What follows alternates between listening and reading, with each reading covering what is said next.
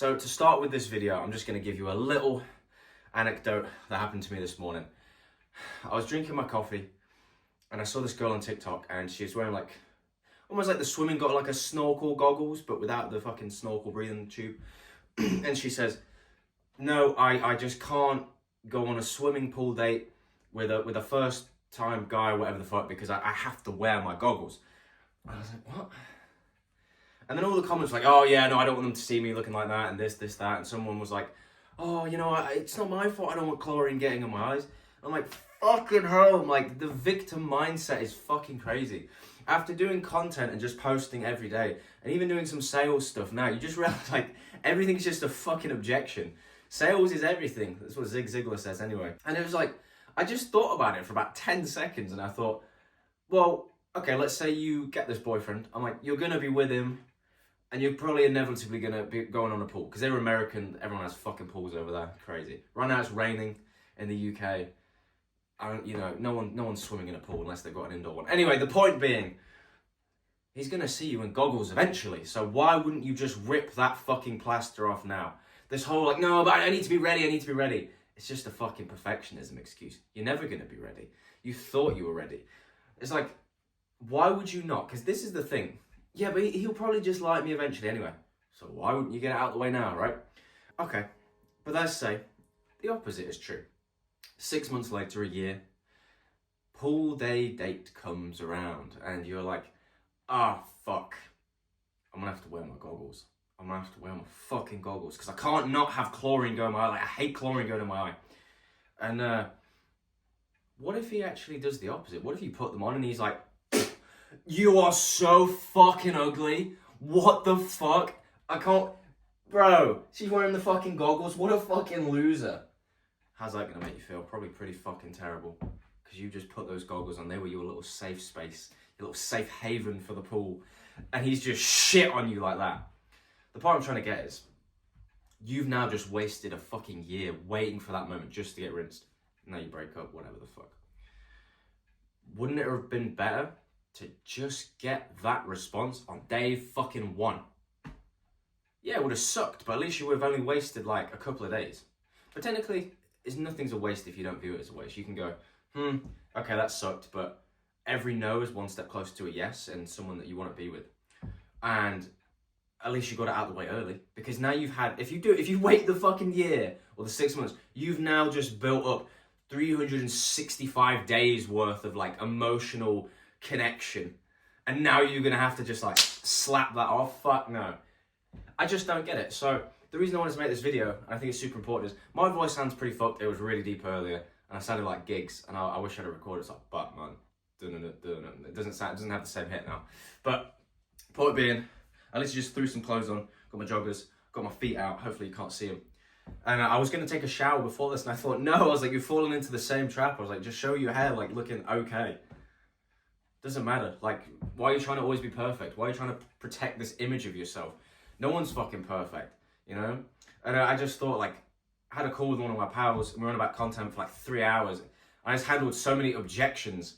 And one of the main ones, I'm gonna read my notes because I don't want to get this wrong. Yeah, okay, so I've got it. So it's pretty much every like one of these types of objections, but just in one. So it's like, I'll start posting when I look and feel more ready.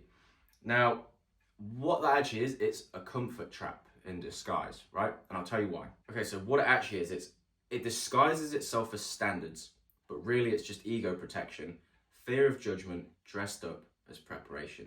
So basically how you'd reframe it is just like, you're not afraid of posting. You're afraid of being seen before you're perfect. But here's the joke, nobody's watching yet anyway. You're scared of a fucking audience that doesn't exist. No one's watching this shit right now. This is why I can be theatrical, because I realize no one's going to watch it anyway. Maybe, hopefully in the future, people will come back and be like, what the fuck? So I get the reps in now. Well, no one's watching. There's no fucking pressure. Get it all out. Like, every one of these videos, I'll just be practicing being tonality motherfuckers. Like, John, something just came across my desk. John, it is the best thing. Anyway, not a great impression. I'll do a good one day. But the point is, like, just stop giving a shit. Like, just be you. I've seen so many people as well. This goes on the opposite side. So for the most part, people object to actually doing it because they're scared of judgment. Other people take it a step further where they're like, I'm going to record, but I'm going to be so over the top with so much energy that like it will kind of mask me. They don't think about it this way. So they'll be like, oh yeah, like, oh, I just did this thing and it was crazy and it was this. And then like you meet them in person and they're just like, oh, what's up, man? Yeah, nice to meet you. It's like, where the fuck was that energy? Oh, you know, I just play it up for the YouTube. 9 times out of 10, what happens to those like kind of YouTubers, content creators, like some of them can last for ages. And 5 years later, it'll hit them like this. Because they go, oh, I just couldn't keep it up. It's like, no shit, you were pretending to be someone you're not. It's like the whole Jim Carrey thing. Look into that if you want. It's Crazy Iceberg. That's why, like, this right here is the real fucking me. I can be, I hate the word, it's so fucking AIDS. But like, not chill on. I can be the person that's just like, you know, just look around like, okay, whatever. Sometimes I like being chill, not even in public, just like on my own in my room, just like, okay, I'm doing whatever. But times like this, when I want to get a point across, yeah, I like to have a bit of energy because I feel like it helps get the point across. I'm not screaming unnecessarily, but it's like, I just want to get the fucking point across. This is the real me. Like, this is the unfiltered version. I might amp it up just a little bit more for YouTube. Just if you get that reference, you're elite. I need to actually find out the name of that movie. Anyway, the point I'm trying to get to is just like, no one gives a fuck. I was talking to someone else the other day and they're like, oh yeah, I just, you know, I want to keep the quality of my brand. And I'm like, brother, what quality? What fucking quality? You haven't been booking any calls. No one's coming to your page anyway. You're focused on outbound. What you think is quality is fucking awful. It always goes back to the Atomic Habits clay pot thing. This whole idea of like, oh yeah, but I just need to keep it perfect. It's like, brother, no one's watching you anyway. Oh, I don't want to destroy my reputation. What reputation? No one fucking knows you. Until you have like hundreds of thousands of people looking at you, you can do whatever the fuck you want. Hell, Domino's just rebranded. Right? They didn't rebrand to like Snakes and Ladders or some shit like that. No, they just rebranded like slightly more lighter, cleaner, whatever. And that's fucking Domino's. They've been around for years. Yeah, of course it might have like a little knock-on effect, but then it shoots back up. Elon Musk, I'll blur this word out just because I don't know what YouTube's thinking. So when he went on the Joe Rogan pod and he smoked, yeah, Tesla stocks went like bang, but then they shot back up even further because it's him. He does whatever the fuck he wants. You're letting other people's like own judgment cloud your decisions. It's fucking insane. Like, who gives a shit? No one. It's only you that gives a shit. It's insane. Now let me see what else I wrote down. Yeah, I mean, even there, it clocks to it. You're hiding from the imaginary hate of strangers who don't even know your name yet. And then this one, like, I've been posting for 20 days straight. I think the most amount of views I've got on a video, I think it was the second ever video I did. It's just called like Speed or something. Why speed is the #1 skill in business. Has 13 views. I think a couple of my videos have 0. And you know what? I don't care. And I go, thank fuck. Because that means I get to really find my style and I get to get so much volume of reps out. And I get to enjoy iterating each time. Let's just make it slightly better. Let's improve my tone. Let's improve, I mean, technically I'm not focused on editing right now because I just want to get this, the voice. I want to get the voice right first because that's what matters the most. Oh, it's just so funny. Everything is sales. Oh, I'm not ready. When do you think you feel ready? Oh, I don't know. Just after I've done X, Y, Z. When I find more time. When I do this. Okay, what if you don't find the time? Are you just going to like give up on content forever? Well, no. So what's stopping you then? Fear of judgment from others. Usually what it all boils down to. So, my advice. This is my advice. Stop being a fucking loser and record. I'd rather be a loser that records and actually fucking went for it than a loser that just sat back and was just like, oh, well, I could have. I probably could have been famous if I wanted to. No, the fuck you couldn't, because if you could have, you would have. Right? Oh, I could have I could have been a professional football player. It's just I took up drinking in the pub and smoking vapes and doing on the weekends. Come on.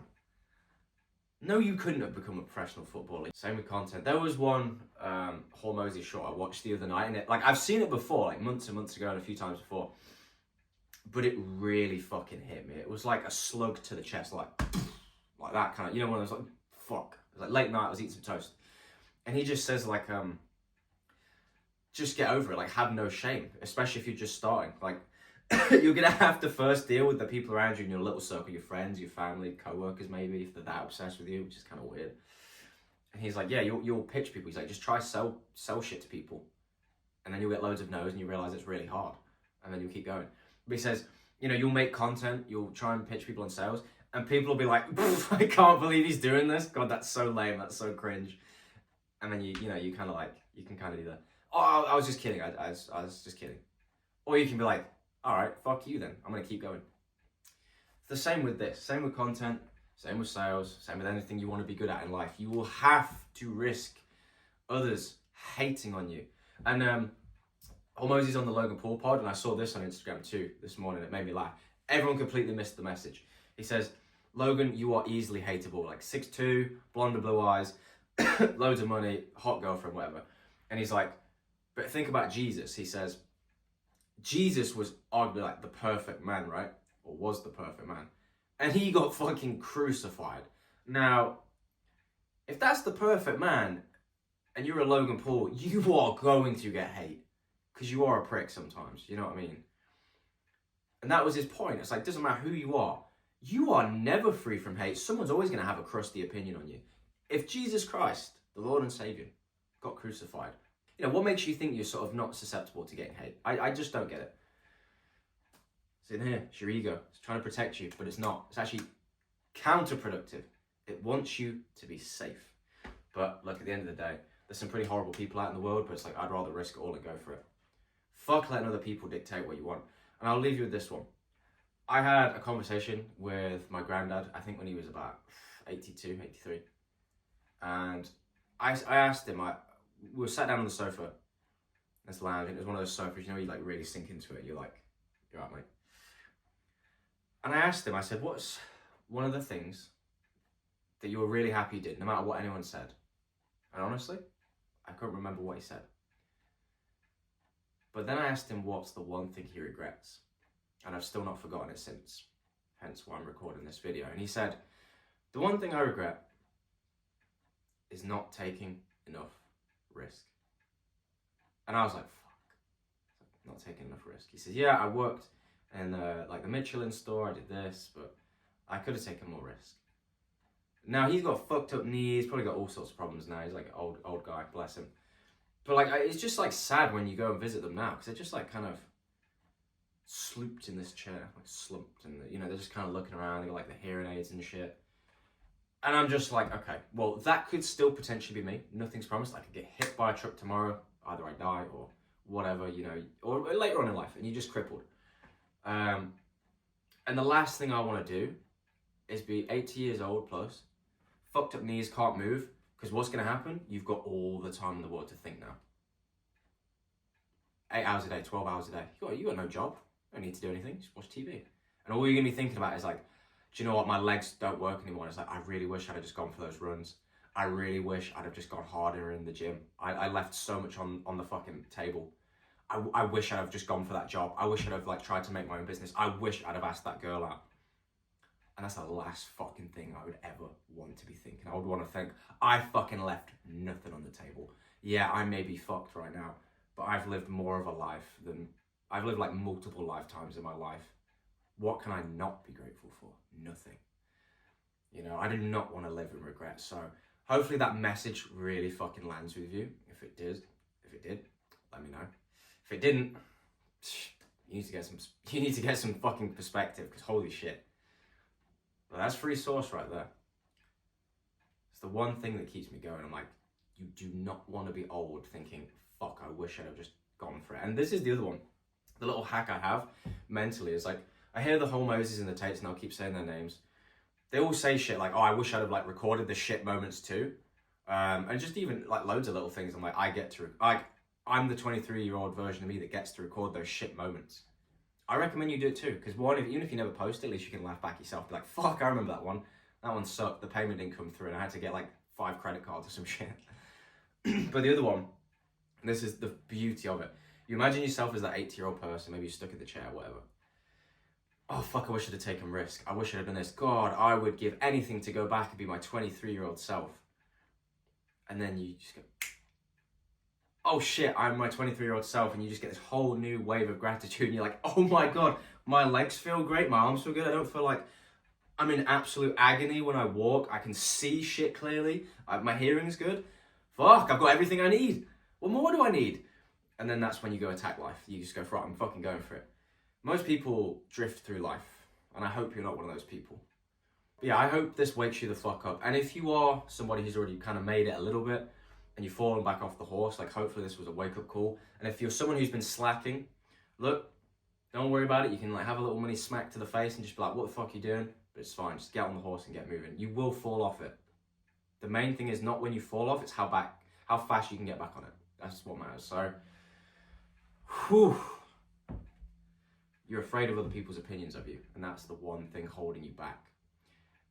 If you made millions of pounds, millions of dollars, your whole family was loving the fuck out of you, not for your money, but because you provided for them, you gave them the best life ever, and you get to live that amazing life that you dream of, and you get to help people accomplish their dreams too. If you had the TikTok Becky's roasting, like, oh, you're a scumbag, you don't donate all your millions to charity, I think you're a horrible person, would you give a shit? I wouldn't. I'd be like, cool, you do you, mate. I'm happy. But obviously it's not always about happiness, it's about fulfillment. How fulfilled are you? Are you doing what you need to do in the world to give back? So I'll leave you on that. Don't be fucking scared to post. No one gives a shit. Like, drop your ego. Nobody gives a shit. I don't give a shit. Person next door doesn't give a shit. Person that lives in London doesn't give a shit. Person in America doesn't give a shit. Post it, iterate, learn from it, till you posted hundreds of videos, till enough people give a shit. There you go. I'll see you in the next one.